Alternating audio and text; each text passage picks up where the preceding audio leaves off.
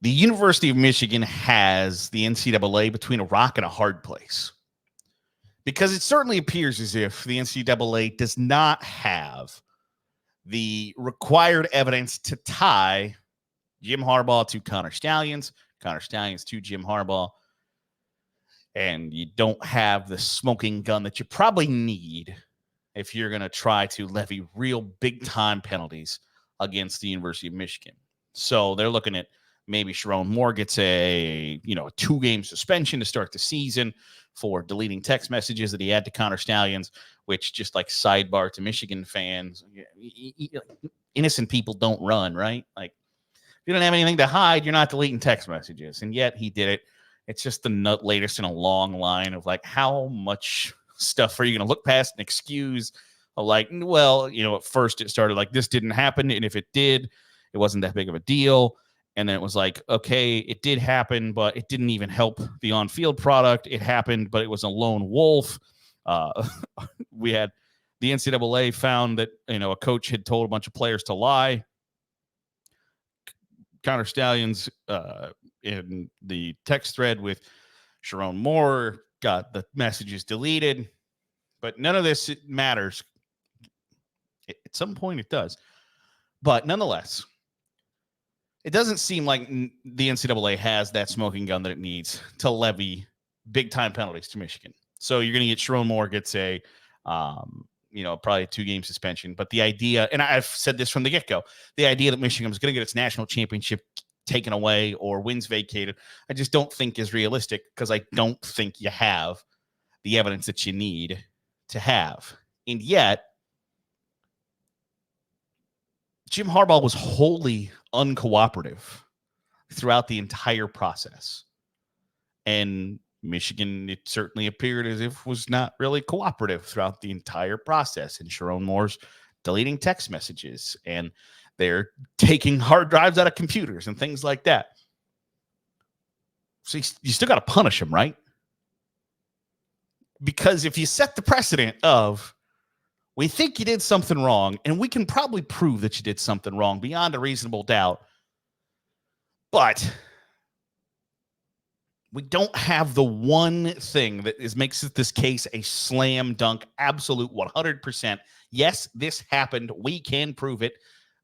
We got video, we got DNA, we got forensic evidence, computer, whatever, cell phone records. The NCAA doesn't have all of those things, I don't think. Because if they did, you probably would have heard about them by now. But there is overwhelming evidence that the people that you might think have committed this crime are guilty of quote-unquote obstruction of justice, if that's an NCAA. Like, if this happened in a court of law, if Jim Harbaugh just told cops, like, hey, I am not participating in your investigation, and they think like he's the murderer, and then like somebody in Jim Harbaugh's gang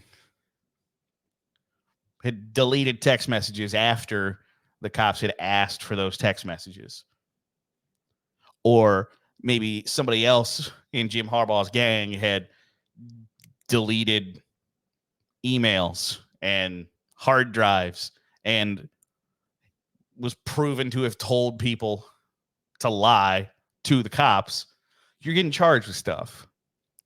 So I think we're at a spot where Jim Harbaugh is absolutely 100% getting a show cause from the NCAA. And I don't think it's a 5-year, a 10-year show cause, that is essentially saying, enjoy your time in the NFL, big dog, because you are not coming back here. And whether he's earned that or not depends on what colored glasses you wear.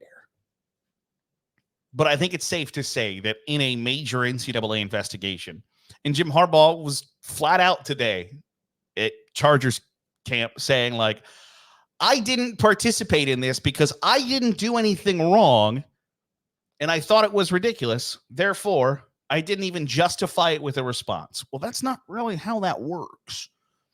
When the DA says, like, hey, you are guilty of, or we're going to charge you with this, and you just say, I'm not coming to court, double birds, like, that's not It's not great.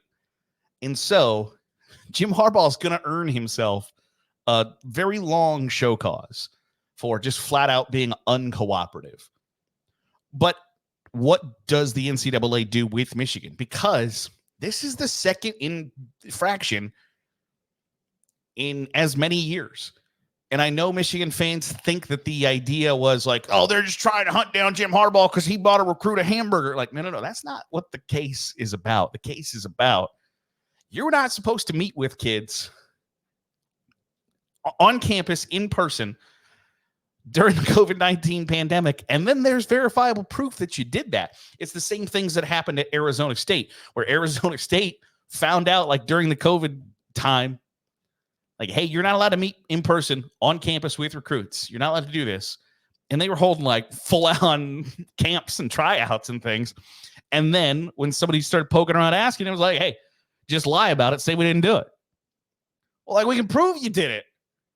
So it's not just about the idea that Jim Harbaugh bought a recruit a hamburger. It's the idea that the hamburger was the proof that he was with people he should not have been with. And you're breaking rules that everybody agreed to. And I think were probably good rules to have at the time, right? Like, you don't want to be the reason that a high school football player gets COVID-19 or a high school football player gives COVID-19 to somebody and you pass that. Like, it just, the NCAA didn't want to be wrapped up in that. So they said, don't do this. And then we can prove that you did that. And then we can later, you're charged with a really elaborate sign stealing scheme that we might not be able to 100% pinpoint that you were behind, but you should have known about it. So what's the NCAA to do? Because do they have the verifiable proof that they need to? That they need to say, Jim Harbaugh knew about this, or the football program knew this was going on. On some level, yes. And again, it goes back to where your allegiances lie. If you're a Michigan fan, you're like, absolutely not. Of course they don't have that. If you're a reasonable human being, yes, they have that evidence that they have a coach who got fired because he knew that this was going on, told a player to lie to the NCAA, deleted valuable evidence. And then the NCAA's conclusion is there are full-time staffers within that program who were very much aware of what Connor Stalions was doing. And therefore, if there are full-time staffers, if there are coaches, if there are interns, if there are players that know what's going on, the likelihood is more likely than not that Jim Harbaugh knew what was going on. But he is insistent that he had no idea. The argument from the NCAA and their standing policy is it's his job to know. And the idea is that you are the end-all, be-all. The buck stops here with the head coach of whatever program, whether it's Michigan football or Coastal Carolina field hockey. The head coach is the end-all, be-all. There is no Mafia Don, wash my hands, I didn't know this was going on. They have decided it is your job to know that it's going on. And I think most reasonable people would look at the video evidence, would look at the testimonials, would look at the overwhelming amount of evidence that exists and would say, if Jim Harbaugh did not know about this, it's because he did not want to know about this. And that is professional negligence. So he's going to earn himself a show cause. But what does the NCAA do with the rest of the Michigan program? Because there are members of that staff that if you argue that Jim Harbaugh knew, you probably have to argue that assistant coaches knew, that coordinators knew, and they're still there. So what do? You have to do something, right? You can't let that deed go unpunished. You can't let, if the organization truly, honestly believes that there was genuine issues that led to questions on the integrity of the game, you have to do something. And what that level of something is, I don't know. I can't speak to what should happen. what should be the punishment, I don't have the answer to that. But I do know that if you let that go unpunished, where it was the biggest story of the college football season, and now months later, we're still talking about it, for you to just go, yeah, I don't know what we're supposed to do, to think that won't enable other people to just go, well, what the bleep? If that's going to happen there, that publicly, I'm sure we can get away with some stuff. So it's a slippery slope. And I generally don't like the slippery slope because, like, where does it stop? It always stops somewhere. But you have to nip that one in the bud. You have to do something to Michigan. Because if your argument is, we didn't do anything wrong, well, then why didn't you participate in the investigation? They didn't participate in the investigation, and they still, I don't believe, have received their notice of allegations. So they still have more than 90 days to formulate a defense of why they didn't, or they might just say, we're not going to even respond to your notice of allegation. But then that risks pissing off one of the blue bloods of college football, one of the biggest public institutions in America, who can be a driving force to say, you know what, to hell with the NCAA. We don't need them anymore. Because all it needs is kind of that, like, shot heard round the world. All it needs is one school, one athletic department, one conference to just pull the trigger and say, we're done, we're out. And that avalanche is going to drop like you would not believe. The NCAA is on super thin ice.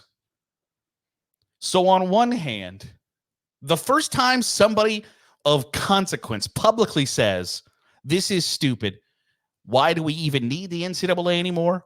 The Power Four is bolting out the back door.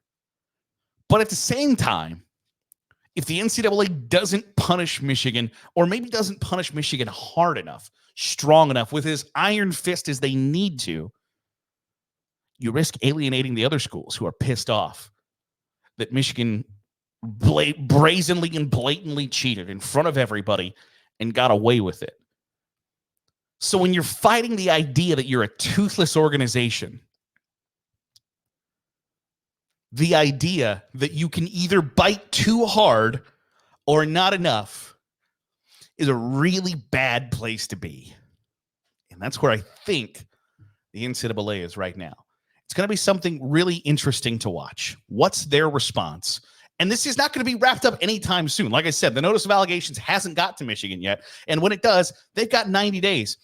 90 days from now is like the presidential election. We are into November before this could still be resolved. So we got a long way to go. I want to know your thoughts. What do you think? Where do you think the NCAA is? What can they do? What should they do? That might be the question I want to hear from you. What should the NCAA do? I look forward to reading your answers in the comments below. That'll do it for today's episode of the Daily Huddle. Appreciate you making us a part of your day, however it is, wherever it is you're doing so. Here on YouTube, hit the subscribe button. Make sure you're getting all the great college football content we're pumping out. Hit the thumbs up button, too. It goes a long way in helping out the channel, getting in front of more college football fans. And more college football fans, always a good thing. I'll see you tomorrow for another episode of the Daily Huddle.